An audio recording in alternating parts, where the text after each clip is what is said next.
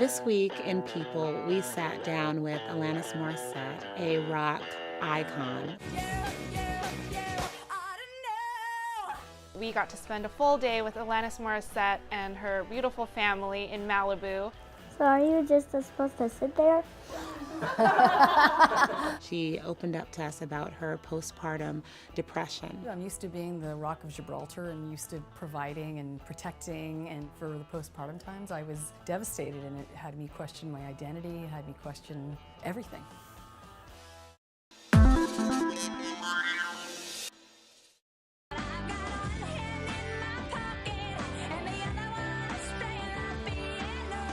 Alanis Morissette and her husband, rapper Soleil, have 2 children together. In December 2010, she and Soleil had a Christmas baby. It was their first child, a son named Ever. Ever's the beauty.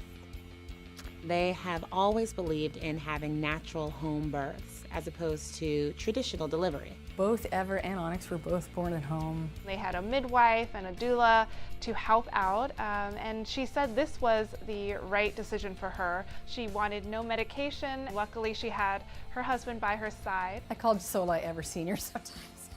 They're so similar. Alanis and her husband Soleil were so happy to welcome their son Ever, but it was shortly after that she started experiencing intense physical pain and depression like she'd never known. After Ever's birth, about a year and 4 months, that was when I spoke to a doctor for the first time who said, this isn't going to get any better, and let's bring you in and have an actual conversation about what might help you. Alanis and her husband had their daughter Onyx at home in June 2016. Compared to her 25-hour labor with Ever, when Alanis's water broke with Onyx, she had 6 contractions, pushed twice, and Onyx had arrived. It was like, boom! But I was so happy. You know, I wanted her so badly. But that birth was very different from what she experienced with Ever. This particular experience was wild because I thought it would take a few hours, and it took literally 59 minutes. And she flew out. The second she gave birth, she said her postpartum depression kicked right in. I had a pretty good sense that it was going to happen again. And I was at the ready. You know, I was like, whether I'm addressing this hormonally or through vitamins or through omegas or through allopathic medicine or whatever, I just was ready to do anything. Alanis was able to use what she experienced with her first bout of postpartum depression to prepare her for what was to come with her next round. So there's a lot of sleeplessness. The more severe the postpartum depression, the harder it is to have that time alone. So I seek it and have it, you know, 3 in the morning sometimes. So sleep is hard to come by, and I push through the being debilitated, but knowing that I need to provide and show up because I see my little kids' faces, and I'm so empathic with them and so bonded with them that if they need me, they have me. You know, even if I have to sort of stay lying down and go, come, come, come, you know, so they might think, oh, mommy's just tired. I want to keep as much semblance of normalcy for my kids as I can. So I don't want it to be their burden.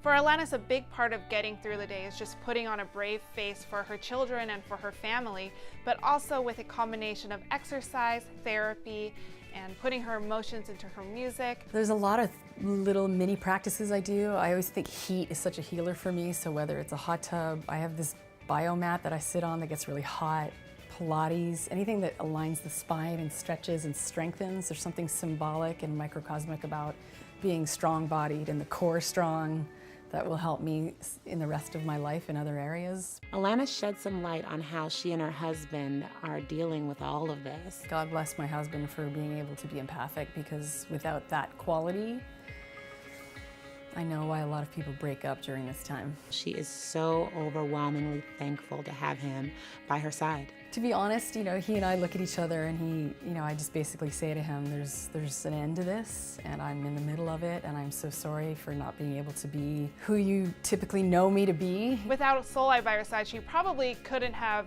gotten through it, but he was so supportive. I mean, even just sitting near my husband and leaning on him and feeling his heartbeat is like, oh, it's so healing.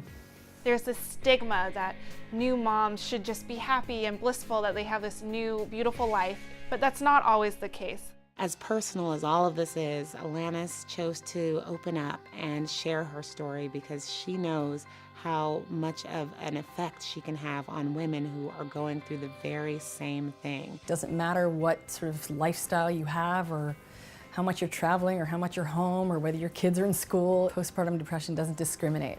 Alanis feels that this is a charge she has to take what she's gone through and put it out there for the world to know that this is not something you should stigmatize. And there's this version of eye contact that I have with women who have been through postpartum depression where it's this silent, oh my God, I love you, I'm so sorry, let's hold each other and cry for 4 hours. The more people I speak with, the more women look at me wide-eyed going, I had it too. And I said, well, what'd you do? And they said, nothing. I just suffered. And that breaks my heart. One of the biggest services I think I can provide is letting people know that, their impulses are absolutely normal and there's so many aspects to oneself. Despite her own struggles, Alanis is still having a wonderful time with her kids and loves being a mom. I look forward to traveling more with my children. I love the idea of bringing them around the planet and them seeing billions of different cultures. My daughter and I are little foodies, so I just like the idea of exposing them to as much as possible and then as much snuggling. Just loving my kids and my family with every fiber of my being just allows me to see this as a chapter so that, 20 years from now I'll look back on it and think, wow, that was really tough and here we are and it's a different world now.